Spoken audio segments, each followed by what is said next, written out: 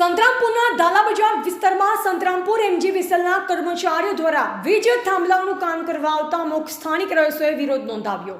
સંતરામપુરના ધાલા બજાર વિસ્તારમાં સંતરામપુર એમજીવીસીએલના કર્મચારીઓ વીજ થાંભલાઓનું કામ કરવા આવતા અમુક સ્થાનિક રહીશોએ વિરોધ નોંધાવ્યો, જેની ઘટના સામે આવી છે। જેમાં બાબતે સૂત્રો દ્વારા મળતી માહિતી મુજબ સંતરામપુર નગરના ધાલા બજાર વિસ્તારમાં 10 સપ્ટેમ્બર 2024ના રોજ સંતરામપુર એમજીવીસીએલ કચેરીના કર્મચારીઓ આ વિસ્તારમાં વીજ થાંભલાઓનું કામ તેમજ નડતરરૂપ વાયરોનું કામ કરવા આવતા એક જગ્યાએ નવીન વીજ થાંભલો રોપવાની કામગીરી કરવામાં આવતા અમુક સ્થાનિક રહીશોએ અહીંયા વીજ થાંભલો ઊભો નહીં કરવા દઈએ તેવું જણાવી ભારે વિરોધ નોંધાવતા આવેલ કર્મચારીઓ દ્વારા પોલીસ અને સંતરામપુર એમજીવીસીએલના ઇજનેરને ઘટના સ્થળે બોલાવવાની ફરજ પડી, જેમાં થોડા સમય